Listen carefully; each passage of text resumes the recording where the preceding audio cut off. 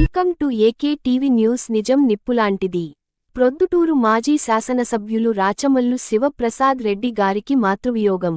అమ్మగారు శ్రీమతి రాచమల్లు మునిరత్నమ్మ గారు నేటి ఉదయం జనవరి 30, 2025వ తేదీన స్వర్గస్థులైనారు. 5:00 సాయంత్రం పార్థిక దేహం హైదరాబాదు వారి నుండి ప్రొద్దుటూరుకు వచ్చును.